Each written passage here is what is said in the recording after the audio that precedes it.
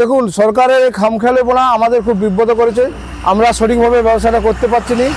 আমরা চাষিখানে যে বনটা কিনে আরোটা বিক্রি করবো সেটা এখন অনিশ্চিত হয়ে গেল, কালে যা বর্ডার ঘেরার খবর পাচ্ছি। ফের বর্ডারে আটক আলু বোঝাই ট্রাক। সূত্রের খবর, গতকাল সন্ধে থেকে বাংলার বহির্রাজ্যগামী একাধিক সীমান্তে আলুর গাড়ি আটক হচ্ছে। রাজ্যের হিমঘরগুলোতে এখনো বিপুল সংখ্যক আলু মজুত আছে। এরকম অবস্থায় ফের বর্ডার আটকের খবরে আলু সংরক্ষণকারীদের কপালে দেখা দিয়েছে দুশ্চিন্তার ভাঁজ। এই মুহূর্তে রাজ্যে আলুর যা পরিস্থিতি আছে তাতে বর্ডার পেরিয়ে আলু ভিন রাজ্যে না যেতে পারলে সবচেয়ে বেশি ক্ষতিগ্রস্ত হবে বাঁকুড়া ও মেদিনীপুরের আলু চাষিরা। চাষের সময়ে স্টোরে সংরক্ষিত আলু বেচে বীজ ও রাসায়নিক সার কিনে আলু চাষ করেন গ্রাম বাংলার প্রান্তিক চাষিরা। আলু রপ্তানি রুখতে অলিখিত সরকারি নির্দেশিকা ফের নতুন করে সংকট ডেকে আনলো আলুর জগতে। নমস্কার, আপনারা দেখছেন ইন্ডিয়া পটেটো নিউজ। এই মুহূর্তে আমাদের সঙ্গে রয়েছেন বাঁকুড়ার বিক্রমপুরের বিশিষ্ট আলু ও আলু বীজ ব্যবসায়ী তাপস সিনহা মহাপাত্র। চলুন এখন তাপস বাবুর সাথে কথা বলে জেনে নিই বর্ডারে আলুর গাড়ি আটক নিয়ে লেটেস্ট কি খবর সামনে উঠে আসছে, আটকে থাকা গাড়িগুলি ছাড়া হয়েছে কিনা, তথা দক্ষিণ বাঁকুড়ার আলুর ও বীজের খবর ঠিক কি রয়েছে। সাম্প্রতিক কালে আলুর বাজারে কড়া নজরদারি ও তার পরিপ্রেক্ষিতে বিভিন্ন বিধিনিষেধের কারণে ইন্ডিয়া পটেটো অ্যাপে ও SMS এর মাধ্যমে বাংলার আলুর বাজার দরের পরিষেবা সাময়িকভাবে বন্ধ আছে। পরিস্থিতি স্বাভাবিক হলে পরিষেবা পুনরায় চালু হবে। এখন প্রতিদিন আলুর খবরের জন্য আমাদের ইউটিউব চ্যানেলটি সাবস্ক্রাইব করুন অথবা ফেসবুক পেজটি ফলো করুন, আর এই ভিডিওটিকে শেয়ার করুন ঝড়ের গতিতে। আবার প্রথমে আমরা চলে এসেছি বিক্রমপুরের তাপস সিনহা মহাপাত্রর কাছে। তাপস বাবু নমস্কার। নমস্কার। আপনার এখানে বীজ নামছে, আমি বীজ নিয়ে জিজ্ঞাসা করব। তার আগে এই মুহূর্তে সব থেকে বড় খবর, যেটা গতকালকে সন্ধ্যেবেলা রাত্রেবেলাতে আমি শুনেছি যে বর্ডারে নাকি ফের আলুর গাড়ি আটক। কি খবর রয়েছে এখন সকাল পর্যন্ত? দেখুন, আমার এখানে সকাল 5টার সময় ফোন এসেছে। আমি অ্যাকচুয়ালি রাজ্য নেতৃত্বে আছি, রাজ্য কমিটির সদস্য, সেই হিসাবে আমার এখানে ফোন এসেছে সকালবেলা যে এরকম গাড়ি গেছে। ব্যাপারটা কি, অ্যাকচুয়ালি আমাদের এটা অজানা, আমার জানা ছিল না। আমাদের কিছুদিন আগে 24 তারিখে মিটিং হয়েছে, সেখানেও সরকারের তরফ থেকে কোনো ঘেরাঘেরির ব্যাপারে কোনো খবর ছিল না।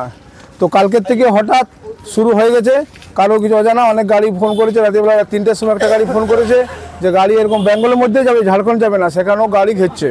মূলত বহির্রাজ্যগামী আলু যেটা যাচ্ছে, কোন কোন বর্ডারে সমস্যাটা হয়েছে বলে খবর? অ্যাকচুয়ালি উড়িষ্যা বর্ডারে সোনাকেনিয়াতে হয়েছিল, আর উড়িষ্যা আমাদের এখন খবর নেই। তো বেঙ্গলের মধ্যে আমাদের ঘেরাঘেরি শুরু হয়ে গেছে। আচ্ছা, আপনি তো বীজ নামাচ্ছেন, আপনার যে প্রতিষ্ঠান, এটা অ্যাড্রেসটা, ফোন নাম্বার এবং আপনার ঠিকানাটা একটু বলে দিন। দেখুন, অ্যাকচুয়ালি আমাদের এটা NSS ট্রেডিং কোম্পানি। আমার নাম তাপস সিনহা মহাপাত্র। Mobile number 9434520852, 9734512852। আচ্ছা, বিক্রমপুরে মোটামুটি ছোট বড় মিলিয়ে কতগুলো বীজের দোকান আছে বলে মনে হয়? দেখুন, সরাসরি পাঞ্জাব থেকে আমরা 3-4 জন এখানে বীজ নিয়ে আসি, আর এমনি অনেকে সিকে রোড থেকে বা অন্যান্য কারো খান থেকে নিয়ে ব্যবসা করেন। আচ্ছা, যেটা আজকে আপনার নামছে সেটা হচ্ছে সুপ্তির ভাট্টির বি, এটা কি জ্যোতি আলু? মোটামুটি কিরকম দাম আছে তাপস বাবু? দেখুন, দাম ভ্যারি করে, বিভিন্ন গাড়ি ভাড়ার ব্যাপার বা অনেক সময় ভ্যারি করে। তো একটা কথা আমি বলতে পারি, এই আমাদের মানে আলু যে পাঞ্জাব থেকে আসছে, আমাদের দেরি হয়ে গেছে আসাটা, সেই জন্য একটুকু চাষির ঘাড়ে 500-600 টাকা প্যাকেট বেশি দাম দিতে হচ্ছে। আচ্ছা, মোটামুটি দামটা তাহলে ফোরকাস্ট করতে চাইছেন না। যাই হোক, আমাকে একটু বলুন যে সমস্ত গাড়িগুলো আটক ছিল বলছেন বর্ডারে, সেগুলো কি ছেড়েছে না ছাড়েনি? এখন সকাল 9:30। এখন গাড়ি অনেকে খবর দিচ্ছে, গাড়ি মানে পুলিশের সাথে মানে রফা দফা করে মোটামুটি গাড়ি ছেড়ে দিয়েছে। আচ্ছা, আপনার এখানকার কোনো গাড়ি আটকে ছিল বিক্রমপুরে? আমাদের দুটো গাড়িকে লোড হয়েছিল। আমার যাচ্ছিল নিয়ামতপুর বরাকর ওদিকে, পুলিশ আটকে যাতে ফোন করেছিল, কিন্তু কোনো খবর না থাকার জন্য ওনারাও সঠিক কিছু দেখাতে পারেননি যে আমাদের কাছে অর্ডার আছে। তো মোটামুটি ছেড়ে দিয়েছে এই মোর খবর। আপনাদের এখানে আজকে আলুর কি দাম আছে বিক্রমপুরে? আমাদের এখানে আলুর দাম আছে 2400 টাকা কুইন্টাল। 24 টাকা কেজি। কেজি। আর এমনি বন্ডের দাম কেমন আছে? বন্ডের দাম মোটামুটি 1,80,000 থেকে 85,000। জ্যোতি আলু? জ্যোতি আলু বাজার তো ডাউন? বাজার ডাউন আছে। আচ্ছা, আর মোটামুটি আপনি যে বীজের কাজ করেন, আপনি তো আমরা জানি যে বিশিষ্ট আলু ব্যবসায়ী এখানের তালডাংরা ইউনিটের সভাপতি না সম্পাদক? আচ্ছা, মোটামুটি কত বছর ধরে কাজ করছেন? আমি কাজ করছি বিগত 1996 সাল থেকে পাঞ্জাব যাই, ওখান থেকে ভাটি সাহেব এবং সুখজিৎ ভাটি এবং আপনার হরদেব সিং সাঙ্গার বীজ নিয়ে আসি। আপনার প্রতিষ্ঠানে মোটামুটি কোন কোন কোম্পানির বীজ রাখেন? আমার মোটামুটি দুটো প্রজাতির বীজ আছে, জ্যোতি আছে, দুটো কোম্পানি খান থেকে। মানে একদম কি সঙ্গে সঙ্গে চাষিদেরকে? আমাদের কোনো দুঃখের বিষয়, আমরা কোনো নগদে বিক্রি করতে পারিনি। আমাদের চাষি এত ডিমান্ড যে আমার এখানে গাড়ি থেকে গাড়ি সব বিক্রি হয়ে যায়। মানে পুরো যে মালটা ধরুন এটা যে নামছে বীজটা পুরোটাই মানে ধারে চলে যায়, সব চাষিকে দেওয়া থাকে। বাহ বাহ বাহ, তো ভালো জিনিস তো এটা।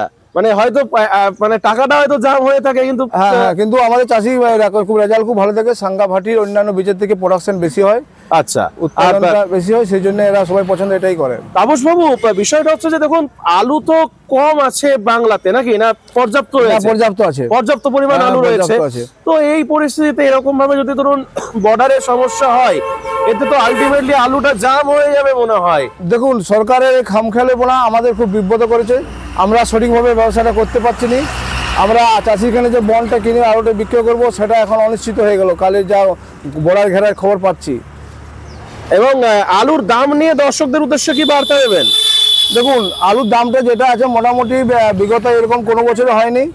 মানে প্রথম থেকে মোটামুটি একটা রিলেবল দামের মধ্যে আছে, কিছু টাকা মানে নাফা হচ্ছে, লাভ হচ্ছে। তো চাষির বিক্রি করছে, অনেক আলু চাষির এখন রয়ে গেছে, বীজ হিসাবে আছে, বিক্রি করে পাঞ্জাব বীজ নিচ্ছে। তো এটা যেটা সরকার ঘেরাঘেরি করছে, আবার দাম পড়তে পারে বলে মনে হয় আমার। আচ্ছা, বীজ কিনতে এসেছেন কে? একটু যদি মাইকটা তুলে দেন আপনি। নমস্কার, আপনার নাম?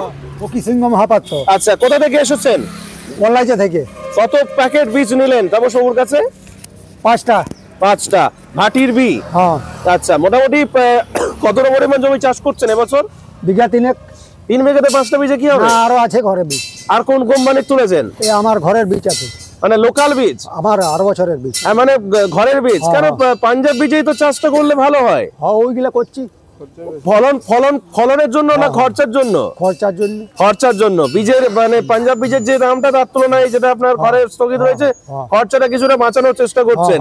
চাষ করতে গিয়ে কি সমস্যার মুখে পড়তে হচ্ছে এখন? সারের দাম বেশি। সার বেশি দামে কিনতে হচ্ছে। আর মোটামুটি আপনার এলাকায় জ্যোতি আলু চাষ শুরু হয়ে গেছে? শুরু হয়ে গেছে, চলছে। বগুড়ার চাষ হয় আপনাদের ওদিকে? কম। গাছের কি পরিস্থিতি এখন? গাছের বয়স কতদিন হলো? হ্যাঁ, ঠিক আছে। আরেকজন কৃষক রয়েছে। নমস্কার দাদা। নমস্কার। বলুন। আচ্ছা, আপনার নাম? নমস্কার, আমার নাম দেবাশিস মন্ডল। আচ্ছা, কৃষক? হ্যাঁ, কৃষক। বীজ নিতে এসেছেন আজকে? বীজ নিতে এসেছি। আচ্ছা, মোটামুটি কত প্যাকেট বীজ কিনলেন তাপসদার কাছ থেকে? তাপসদার কাছ থেকে 15 প্যাকেট বীজ নিয়েছি। ভাটিরে? মোটামুটি চাষ কতটা করছেন? 3 থেকে 4 বিঘা জায়গা চাষ করে। 3 থেকে 4টে? মোটামুটি 15টাতে হয়ে যাবে? 15টাতে কিছু কমবে। আচ্ছা, এখন বীজের সাইজ অনুযায়ী তো লাগানোর হেরফের হবে। আচ্ছা, আর বিষয়টা হচ্ছে যে আপনাদের এখন চাষ করতে গিয়ে কি সমস্যার মুখে পড়তে হচ্ছে? সার নিয়ে কিছু একটা বলছিলেন। চাষ করতে গিয়ে সমস্যার মুখে পড়তে হচ্ছে, যেটা সার নিয়ে বলছি, চাষি অনেক সময় ভুল ডিসিশন নিয়ে ফেলছে, তার জন্যই এর জন্য সারের দাম বেশি বলে ফেলছে। 10-26 কেমন বলছি, 10-26 দেখুন, 10-26 আজ মার্কেটে নেই, অথচ 10-26 এর পেছনে মানুষ ছুটে বলছে। কিন্তু ফসফেট পটাশ দিয়ে 1 বিঘা জমি চাষ করতে গেলে 4400 টাকা পয়সা পড়ছে, আর সেখানে 1 বিঘা জমি চাষ করতে গেলে 10-26 দিয়ে 6000 টাকা পড়ছে। তাহলে চাষি নিজের পয়সাটা আগেই তো লোককে দিয়ে দিচ্ছে। বুঝতে পারছি, মানে আপনি বলছেন যে বিকল্প সারের? হ্যাঁ, বিকল্প সার দিয়ে ব্যবহার করুক, শুধু 10-26 এর পেছনে ছুটতে হবে কেন চাষিকে? কিন্তু আমি ধরুন জিনিসটা জানি না, আপনারা এটা ভালো বোঝেন। 10-26 এর যে কাজটা হয়, সেটা কি বিকল্প সারেতে? হ্যাঁ, 100% হয়, ওর থেকে বরং তো ভালো হয়। তাহলে কৃষকেরা কেন সেটা ইউজ করেন না বলে মনে হয়? একটার জন্য যে একটু লেবার লাগে আর কি, মালটা ছড়াতে লেবার লাগে, এই জন্যেই। আর দূরে যদি জমি হয়, বোয়ার ক্ষেত্রে একটু অসুবিধা হয়, সেই জন্যই 10-26 এর পেছনে ছুটছে মানুষ। আচ্ছা, এই অনুষ্ঠানে সম্প্রচারিত সমস্ত বক্তব্য বক্তাদের নিজস্ব ব্যক্তিগত মতামত। এই অনুষ্ঠান বাজারের নির্ধারক নয়। অনুগ্রহ করে ব্যবসায়িক পদক্ষেপের পূর্বে নিজের বিচার বুদ্ধি কাজে লাগিয়ে সিদ্ধান্ত নিন। আলু রাখা বাজারগত ঝুঁকি সাপেক্ষ। আলু রাখার পূর্বে ইন্ডিয়া পটেটো অ্যাপ থেকে বিগত বছরের লোডিং আনলোডিং রিপোর্ট ও তার পরিপ্রেক্ষিতে আলুর দামের ওঠানামা দেখে নিন। আলুর সব খবর এখন একটা অ্যাপেই। আলুর প্রাত্যহিক বাজার দর, আলুর সর্বভারতীয় বাজার দর, আলুর সকালের বাজার দর, লোডিং আনলোডিং রিপোর্ট, বিগত 10 বছরের আলুর তথ্য, সারা ভারতবর্ষের 20,000 আলু চাষী ও ব্যবসায়ীদের তথ্য এখন আপনার হাতের মুঠোয়। প্লে স্টোর থেকে আজই ডাউনলোড করুন India potato market rate app. 2012 সাল থেকে প্রতি মুহূর্তে আপনার সঙ্গে।